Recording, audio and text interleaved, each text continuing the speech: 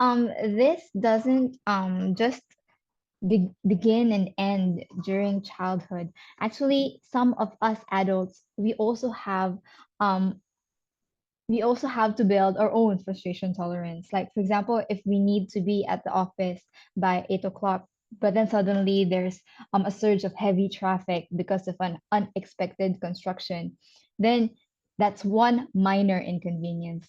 Then when you get your coffee, it spills. That's another minor inconvenience. How many minor inconveniences can you take as an adult before you start having a tantrum, before you start calling it a bad day already?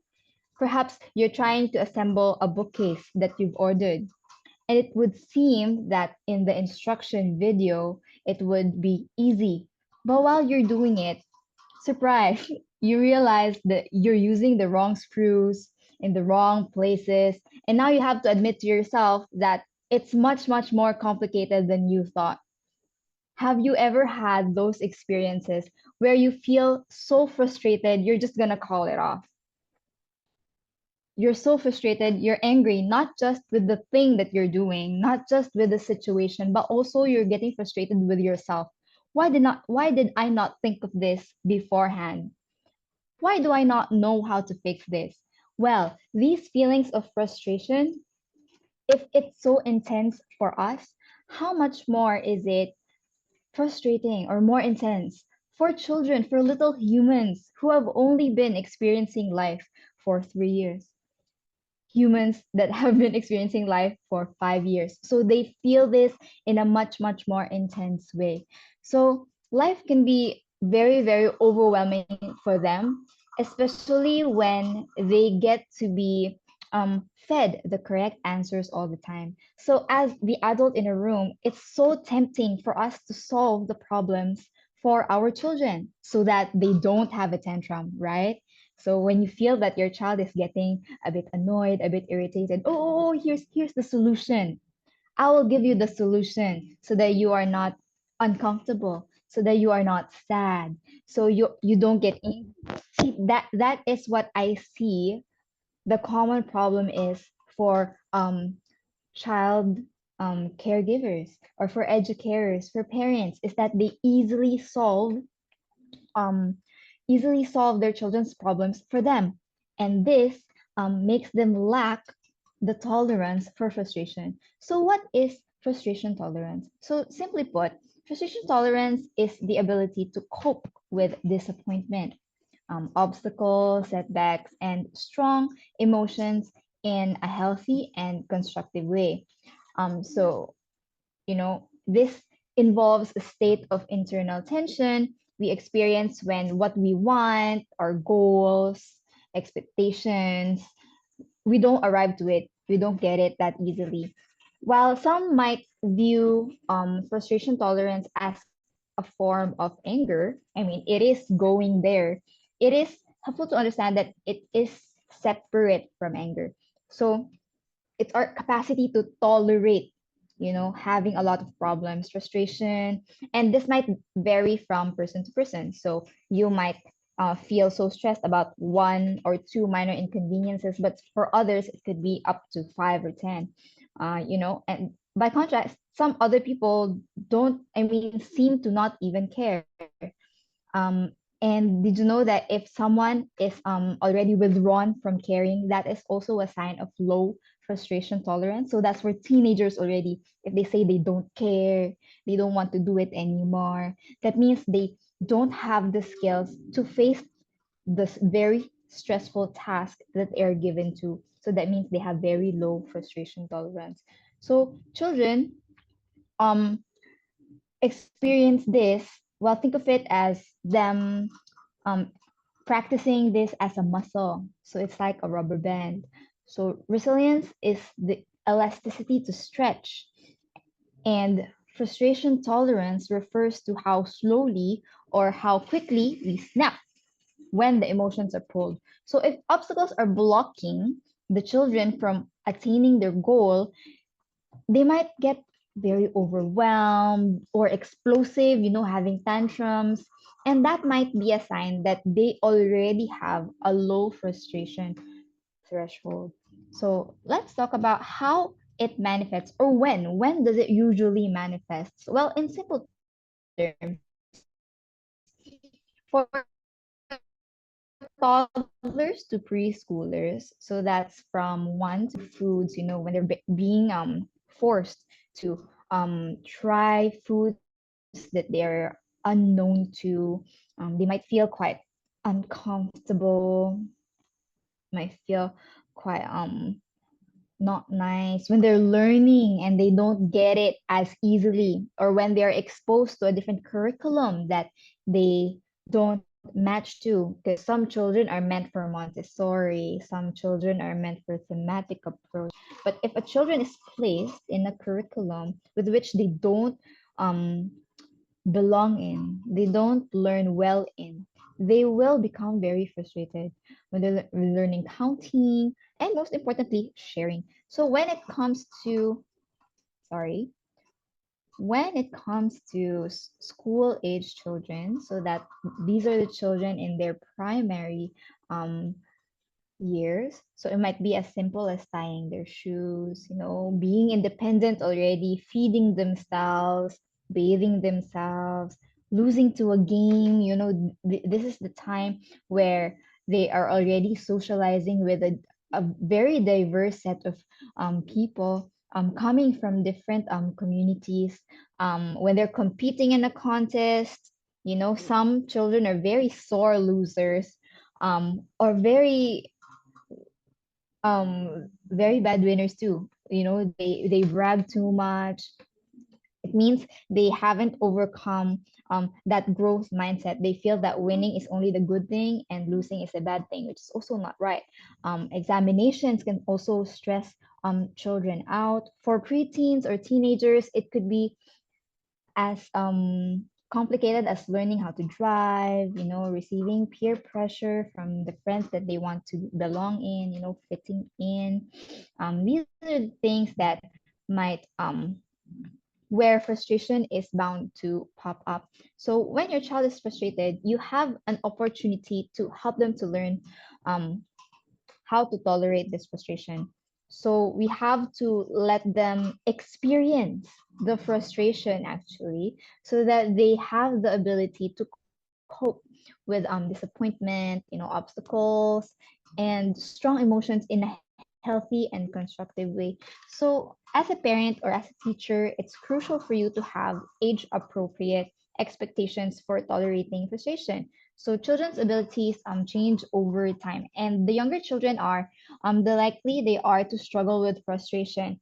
But also, let's take into account the children who were not taught well. Maybe you didn't know it when they were toddlers, and then they started learning coping mechanisms that aren't really very healthy and are very hard to unlearn now that they are very old already. For example, you have taught them or they have learned by themselves. For example, their coping mechanism is to just put it to the side and ignore it when they're in the school age um, era. And then when they're teens already, then it has turned into procrastination where they don't actually do their projects, and they let themselves fail because they're not prepared, they're not equipped to handle the stress that comes with achieving a certain goal. So younger children would tend to show their feelings and difficulty um, with frustration in the way that they behave and play. So they learn about frustration tolerance by watching others, sharing, and experiencing frustration themselves. Actually, around 11, children can process information more logically. I mean, they should be at 11. So they will grow, they should be less impulsive around this age and would become more thoughtful. So while they are still toddlers and preschoolers, it is important to know that this is a very important time to imbibe to them how to talk to themselves so that they will have this inner dialogue of positivity inside their brains, because when they're already at the school age, um, they would be able to motivate themselves intrinsically so that they don't need motivation from another source. Like at the school age, of course, you would tend to avoid giving them prizes for brushing their teeth or giving them prizes for doing their homework. This is something that should be done automatically already um, without any prizes. I mean, lesson or at least give them a big time or a big gap before they receive gratification. So older children continue learning frustration by being exposed to it in their own lives. And they can also begin to use critical thinking skills for problem solving, and they can imagine hypothetical situations others might face. So, how do we help these children? So, for toddlers, it would manifest in developing emotional regulation skills. So this is equal to tantrums and meltdowns. So toddlers would often have meltdowns in a way where they would be lying down on the floor, screaming, crying for elongated periods of time. Um, and they may not have the language yet to express their frustration. So this is the only way that they can express frustration to you. Now, what you can do is you can model and teach basic strategies. So instead of fixing it, for example, let me give you an example. Maybe a 1 year old, not really one, maybe at 19 months. So that's around 1 year and 8 months, no, 6 months. Yeah, 1 year and 6 months, 7 months. They are already starting to learn very simple routines such as changing diapers or wearing socks or removing their shirt. Very simple clothing routine. And they might not find the proper hole for the shirt. They might not find the proper hole for the arms, and they will become very frustrated. They will become very annoyed. So at times like that, we don't have to quickly intervene unless they are in a very dangerous spot, unless you know that they're going to choke themselves. But if they're not going to choke, if you feel that it's a very safe opportunity for them to learn and you have the time, you're not in a hurry, it's a very casual day at home, you can teach them basic strategies by verbalizing to them what they are doing. Oh, your head is in the big hole. What should be in the big hole? Your head should be in the big hole. Then gently tap their head. This is your head. Head goes in the big hole. As you say the instruction, you also touch what they must know so that you can model and teach what they should be doing. Or for example, if it's feeding themselves, if you're weaning already, from milk, drinking milk, and you're starting to introduce solids to your child, if they cannot chew it, this is where you set boundaries. Okay, you can take a bite. If you don't like it, spit it on my hand. Or you can try it mashed, you can try it cut, give them options. It's you that will have the choice. It is not them. Let me just remind you, you are the adult in the room. The child can enjoy what you give, but ultimately you are the one who gives. So you can redirect their attention, you can comfort them and offer them choices. um, for children who are preschoolers, that's 3 to 5 year olds, they already have tantrums and meltdowns, plus they have other learned um, coping behaviors. So that means they would have more difficulty in managing very intense emotions. It can be very hard for them because while they know how to verbalize, they don't know yet how to go out of that maze. They feel stuck. What they feel right now, they feel it will last forever. So it can be very hard for them to get out from feeling um, that very intense emotion in that very specific moment.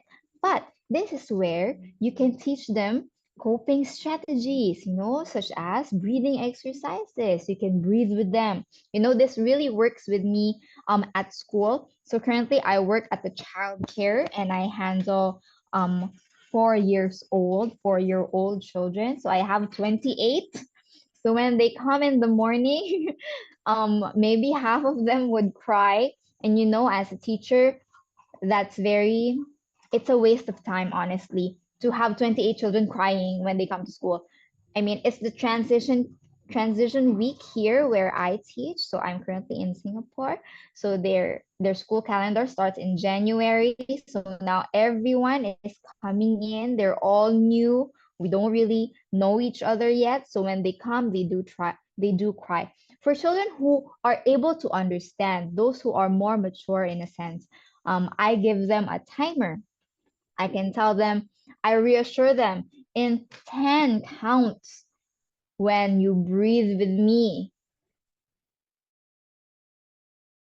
you help yourself as well.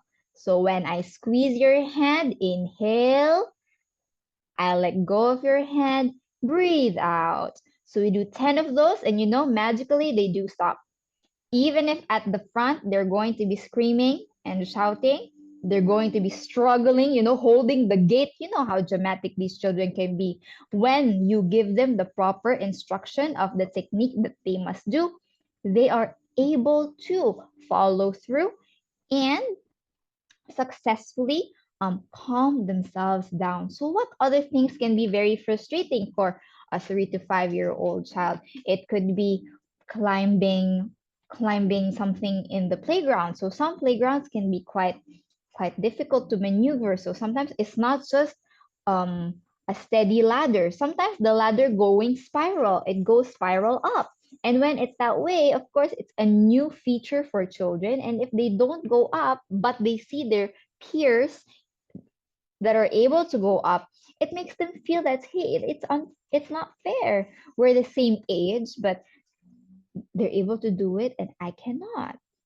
Some children might tend to kick the ladder, will end up hurting themselves. Some children would seek more help, which is also not productive for you as a teacher. I mean, what if you also have 20 plus children? What if those 20 plus children decide to lean on you? I mean, if you are giving them help, if you give help to one child, of course you have to give help to everyone. So that's not very productive. Even as a parent, if you have 4 children or maybe 3, if you give help to one, of course you must give help to all 3 because it's not fair, right? So that's also not very productive. Your back would hurt, your arms would get tired. So it's not very productive for you. So instead, what you do is you verbalize what they can do. You aid them safely, but you don't overexert yourself as well. So this is for 3 to 5-year-olds. For early elementary school age children, so that's 6 to 8, this is where we need to let them experience delayed gratification. So when they're a child, when they're still preschool, every day sometimes you can give them a sticker. Oh, today you were very good. I'll give you a sticker before you go home. Or maybe it could be in the form of a chart. You have a chart on your blackboard. Oh, you did very well. You did your worksheets, you did your routine task, you did nap. That means you get a star today. And then if they get 7 stars, maybe you can give them a prize at the end. For me, it doesn't have to be something that you have to pay for. For me, it's just as simple as letting them choose what we sing at the end of the day. So today, of course, recently their favorite is Apatsu. I don't know if you know that song, but everyone likes it in my school. So when they do like review, for example, the word pack or the sight words that I have prepared for them, these are words that they need to memorize. So I call them word packs or passwords. Before they are able to enter my room or exit my room, sometimes I ask them the password for the day. So maybe the password is THE. So if they are able to remember the word the, then I'll give them a star. But for elementary school age children, we cannot be doing um prizes very frequently or as frequently as the younger ones. So they should experience more delayed gratification so that they can constructively cope with frustration. So what should you teach these children? You should teach them to take breaks, to practice being patient, and journal or draw to help regulate their emotions. So maybe instead of giving a star for each day, maybe you'll do it for a week. Oh, you brushed your teeth this week without me having to remind you. That's 1 star for you. If you get 10 stars, we'll go to the dollar store and buy something. Or if you get 10 stars, you can choose from a list of tasks that you want to do instead of me assigning you a routine task. For chores at home. For example, you're a parent and you distribute chores. Maybe you can let them choose the chore that they want if they complete a certain amount of tasks. So this is one way for them to practice patience, practice being consistent, delaying gratification. For children who are in their late elementary school age, we have to work towards them reasoning effectively. But at the same time, they're exposed to a more rigid academic expectations and more social challenges at school. So this can add up to their frustration. So what you can teach them is more advanced strategies for solving problems. So what does that entail? It means you should teach them how to um, foster a growth mindset. Later, we will tap onto that, encourage them to seek help and emphasize resilience and learning from mistakes. So, adolescents, so that's 13 or older, they actually face unique challenges with frustration because not only do they solve problems, but they deal with issues of identity. They struggle with, claiming their independence and forming healthy relationships with their peers. So they might also be frustrated with their academics or might have more conflicts with their friends and family. So these children might want to say, I don't want to do this, or might overly exaggerate and say, I am all alone. So, what you can do for adolescents is to promote open communication. How? By not being very judgmental. You can say, okay, I understand from your point of view. Or you can say, when I was your age, I did that too. You have to validate their feelings and, let them know that it's completely normal to feel this way. But also at the same time, you are there to help them. You are there um, to help them process and develop their feelings, labeling their emotions.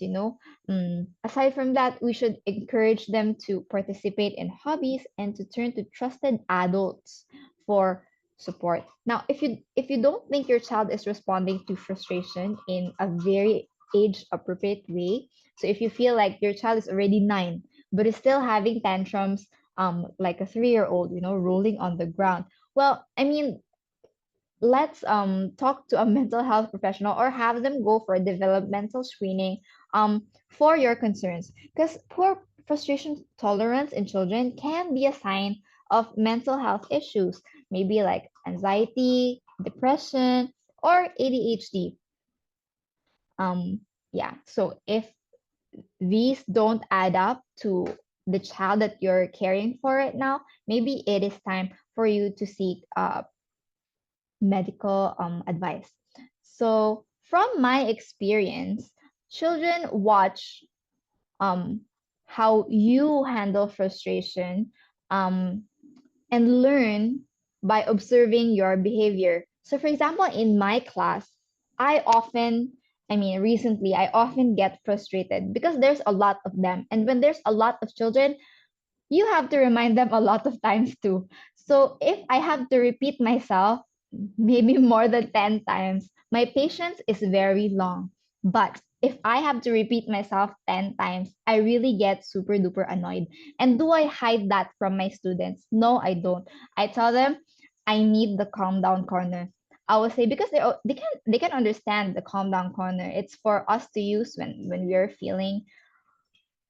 feeling big emotions. So I'm going to say, friends, I'm feeling really big emotions right now. I think I've repeated the instruction 10 times.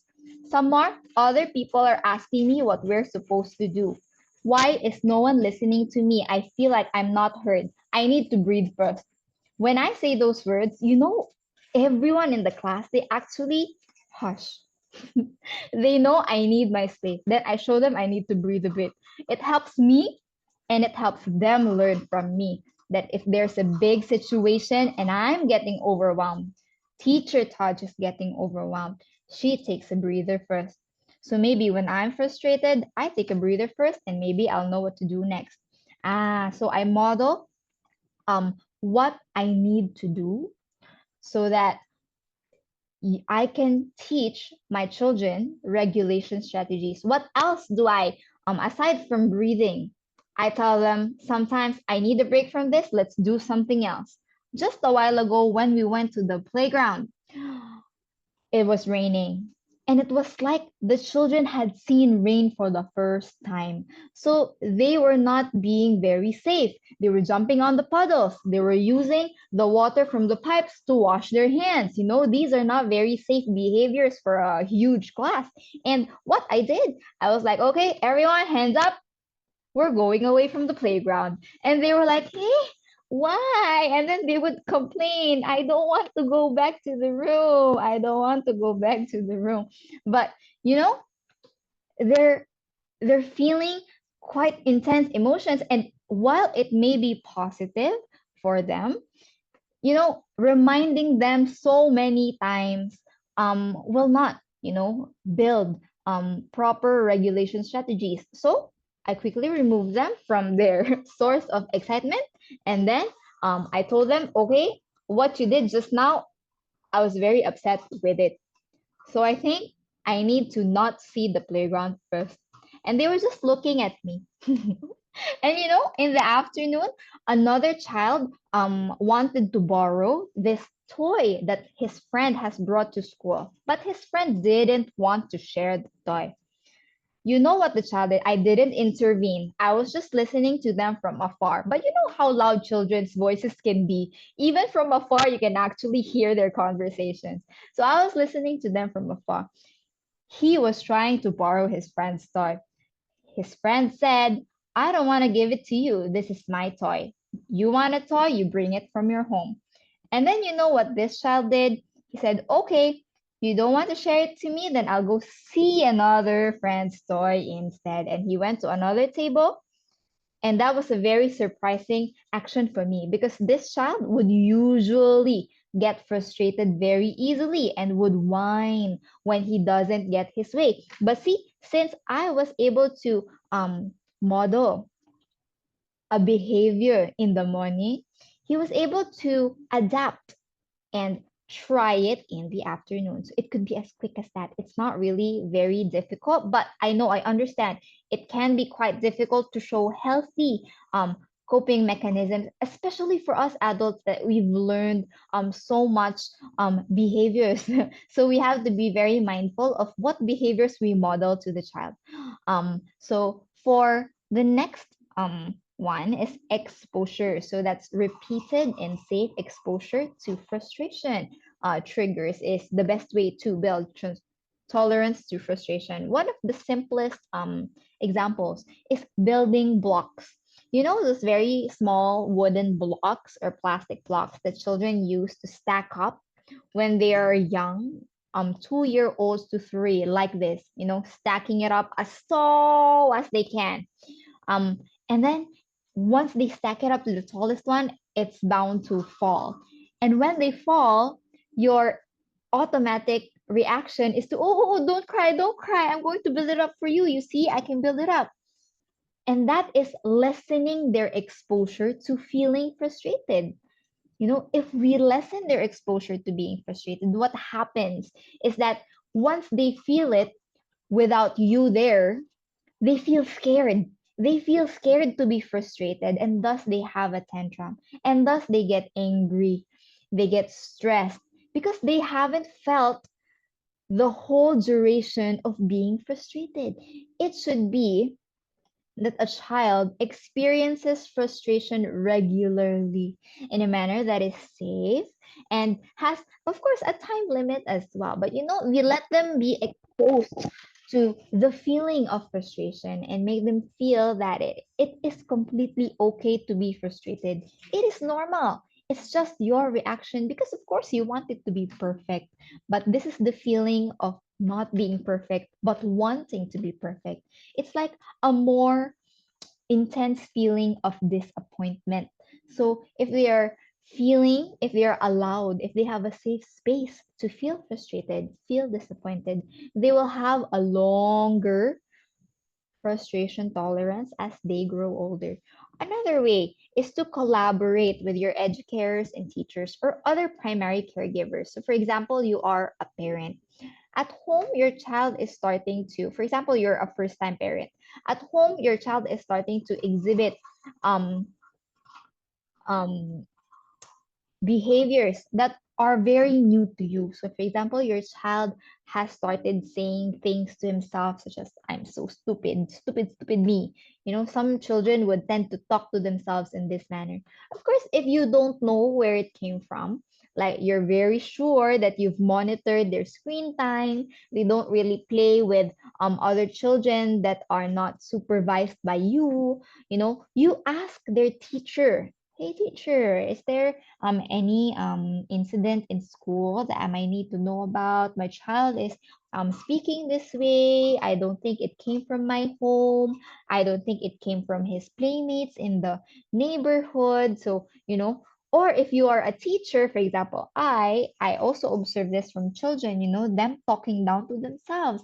They would say sometimes they would also like hurt themselves in the process. Very young children, they tend to copy others. So even if they see it in a cartoon, I don't like you, I don't like you, and then they would continually pat themselves.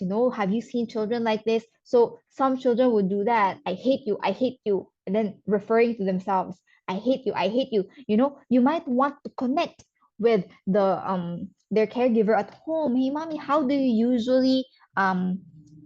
usually solve problems at home?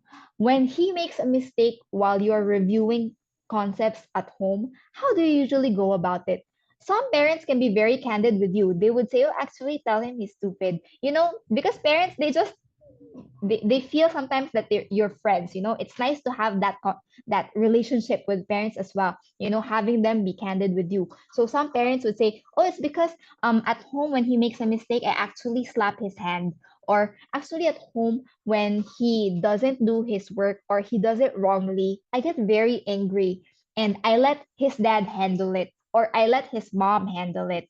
So now you get an idea. Oh, I know now where the child is getting this behavior. It's because you collaborated with the other educators, teachers, or primary caregivers your child has. So this will give you an idea of where or how they were able to learn these mechanisms.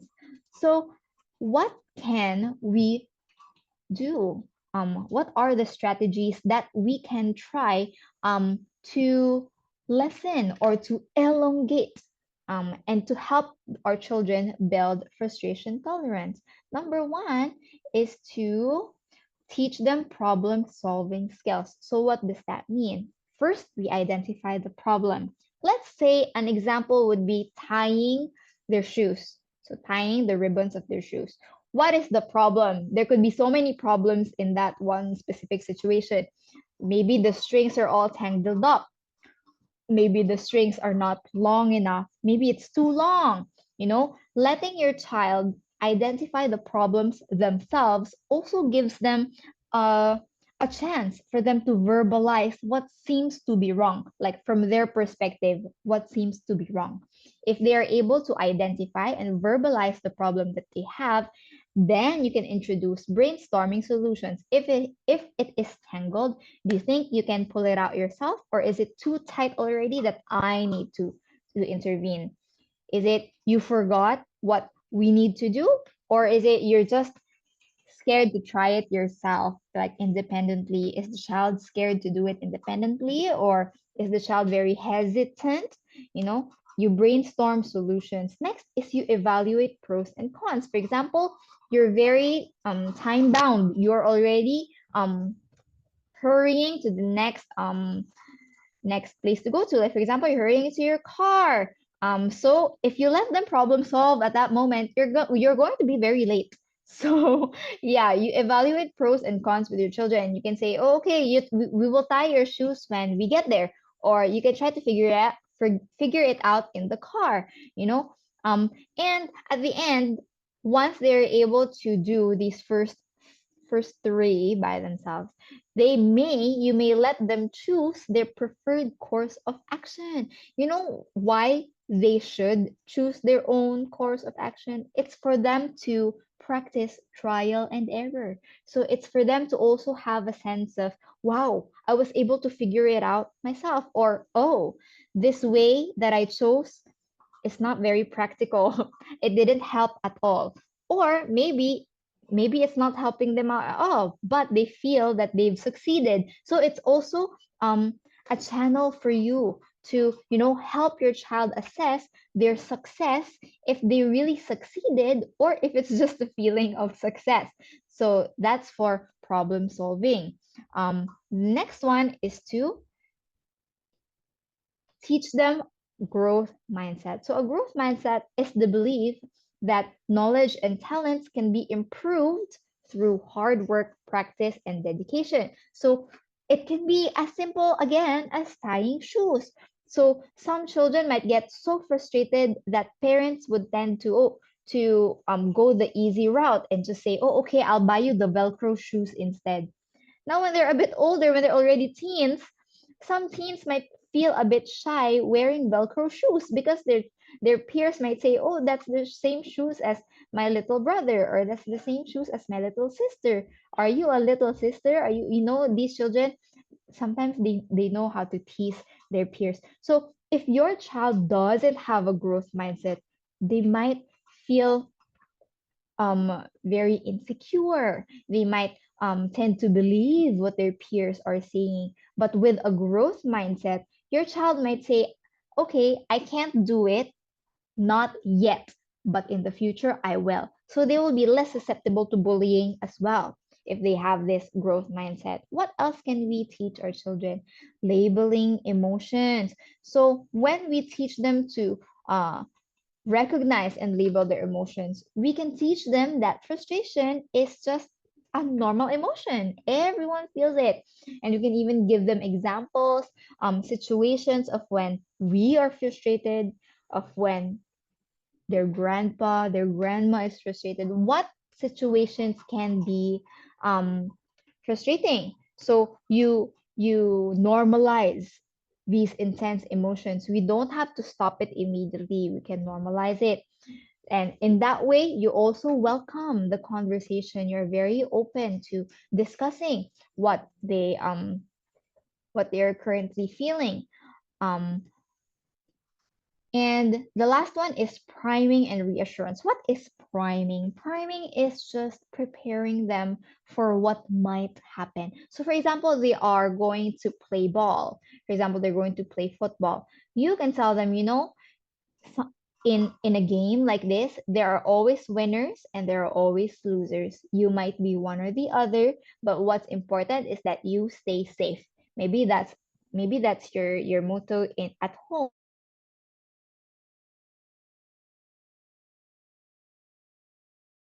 So you prime them of what might happen. For example, you go to a theme park. You can tell them we might be waiting long times for your favorite rides, because your favorite rides are also other people's rides. So you can already prime them about what might happen, so that while you are lining up for their favorite ride, they don't ask you, are we there yet? How long? How much more long do we need to wait? How much more, how many people left until it is our turn? You will lessen this once you prime them for what might happen in the future. So the next one is celebrating their efforts. So, acknowledging your child's progress and resilience in managing frustration is important as well. It's important to be very specific. So, for a child, for example, that always cries and has tantrums in the morning because they feel a bit groggy, You can say, oh, it's been 3 days already. I noticed you haven't been crying when we wake you up in the morning. That's very nice. It was a very calm morning and we were able to do what we were supposed to do. That's creating a very supportive environment, celebrating at least them for trying, because that is their best, their current best. Now, I just want to dabble on into what is a growth mindset, because I feel that some of us are already interacting with adolescents. So this might help you, because this is not just for very very young children. Teens are also children who also need to learn how to um, rewire the perspective that they've learned. So there are two things. There's a fixed mindset where a child might say, I can't do it. Where a child might say, mistakes are a disaster. In a fixed mindset, mistakes should be avoided at all costs. And this can lead to hyper focus on perfectionism, insecurity, you're ignoring feedback from other people. You feel um, you have the best idea already. And procrastination. So I know there's a high level of teenagers who, if they don't succeed, they ultimately trash the idea already. So they don't um do, or they don't try. That's the worst part of it. They don't try doing it at all. So if you have, or if a child has a fixed mindset, they might avoid challenges because they're afraid of failing and looking bad.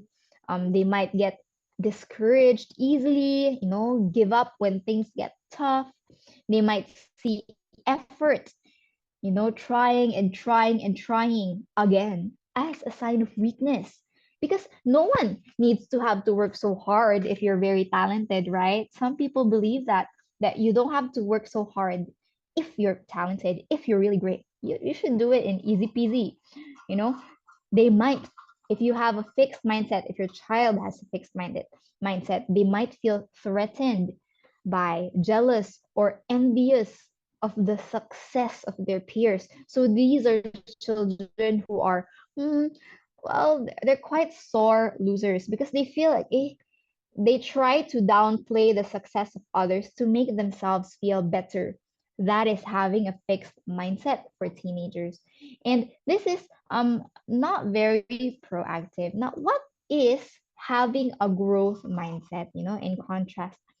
These these are children who say, I can't do it yet. So we use the power of yet. Children's thoughts, or the way we speak to them, have a powerful impact on their mindset and behavior.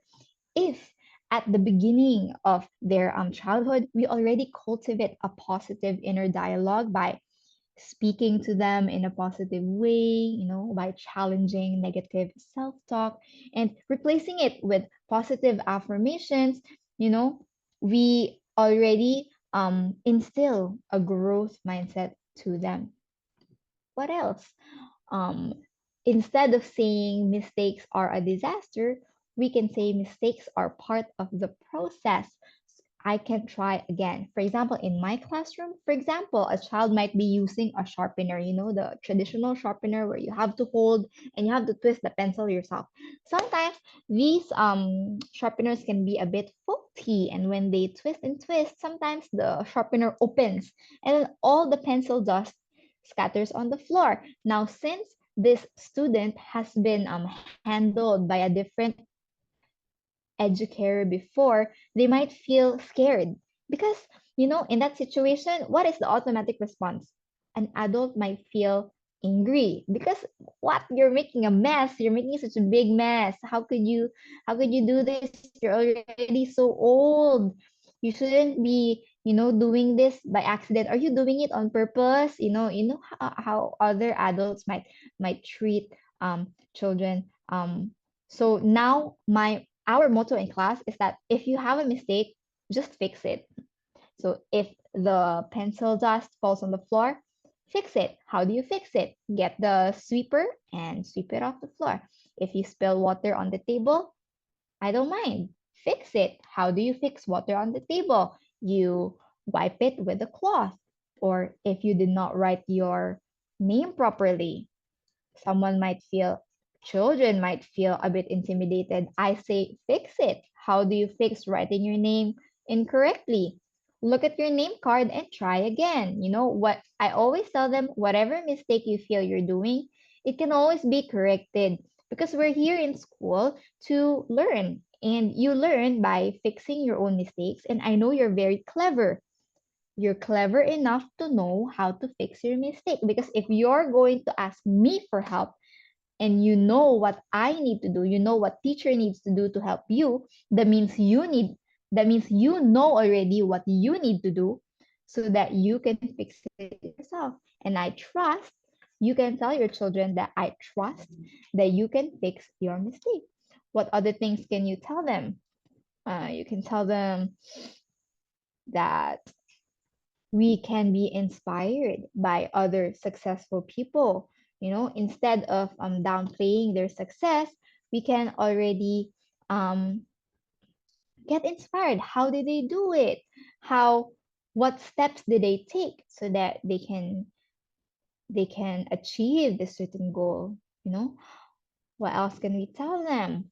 It is okay to hear about feedback, although we don't need to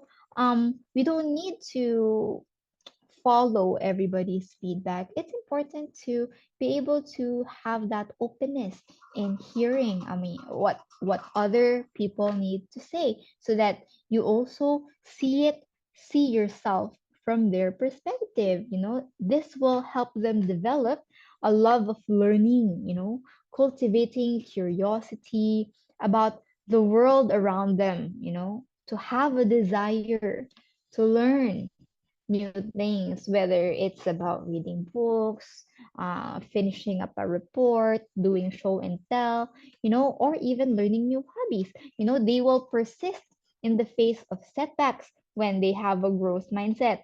And they will know that, you know, mistakes are a natural part of the process. So instead of giving up when things get tough, they will use these opportunities to learn instead of just trashing the whole thing altogether.